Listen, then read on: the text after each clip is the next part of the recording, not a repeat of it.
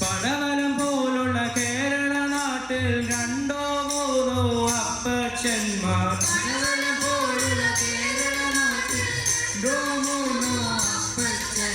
വചനം കേട്ടു ബോധ്യം വന്നു സ്വന്തം സഭകൾ വിട്ടതു പോന്നു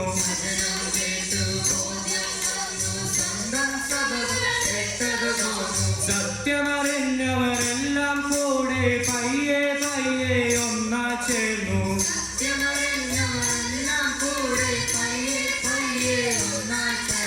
പലികൾ കേട്ടു നിന്ന സഹിച്ചു എന്നിട്ടും അവർ ഇങ്ങനെ പാടി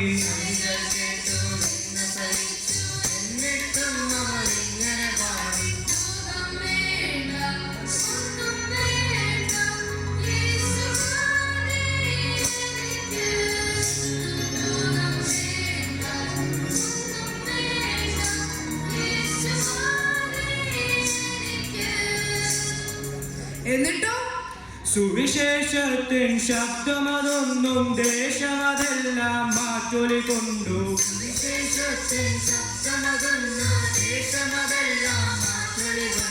രാപ്പകലില്ലാതെ ഭക്തന്മാർ സുവിശേഷവുമായി മണ്ടി നടന്നു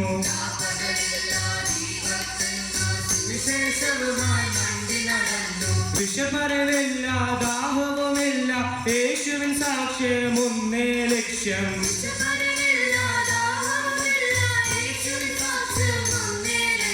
നാടുവെടിഞ്ഞു വീടുവെടിഞ്ഞു പാരമ്പര്യം അത് പാടെ വിട്ടു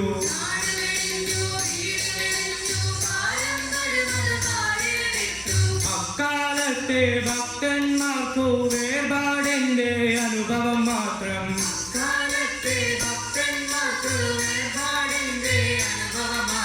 ധനമത് വേണ്ട പദവികൾ വേണ്ട ക്രിസ്തുവിൽ നിന്ന ഞങ്ങൾക്കുചിതം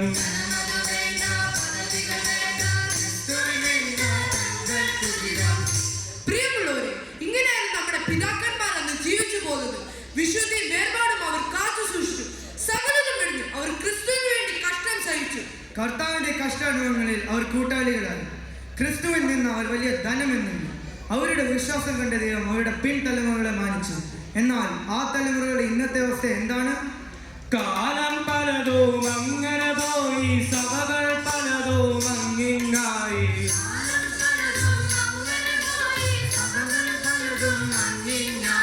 സഭകൾ ഭരിക്കാൻ ദൈവം തന്നെ മൂപ്പന്മാരെ കൽപ്പിച്ചാക്കി.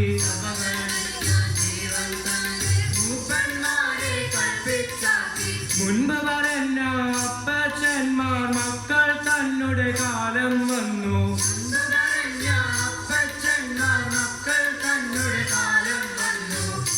നിങ്ങളറിഞ്ഞോ നിങ്ങളറിഞ്ഞോ നിങ്ങളറിഞ്ഞോ നിങ്ങളറിഞ്ഞോ നിങ്ങളറിഞ്ഞോ നിങ്ങളറിഞ്ഞോ നിങ്ങളറിഞ്ഞോ നിങ്ങളറിഞ്ഞോ കൂരകൾ പോയി ഇരുനില വീടായി കപ്പയും മീനും ബിരിയാണിയുമായി.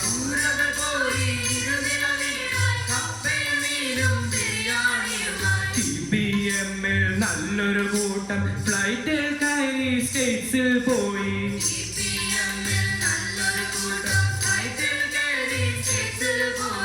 അപ്പോൾ തന്നെ വേറൊരു കൂട്ടം UK-യിലേക്ക് വെച്ചു പിടിച്ചു.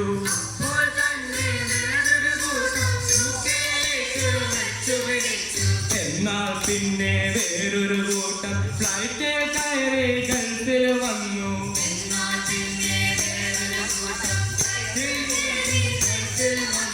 നാലപണത്തിന് ഗതിയില്ലാത്തോണ്ട് ദിർഹം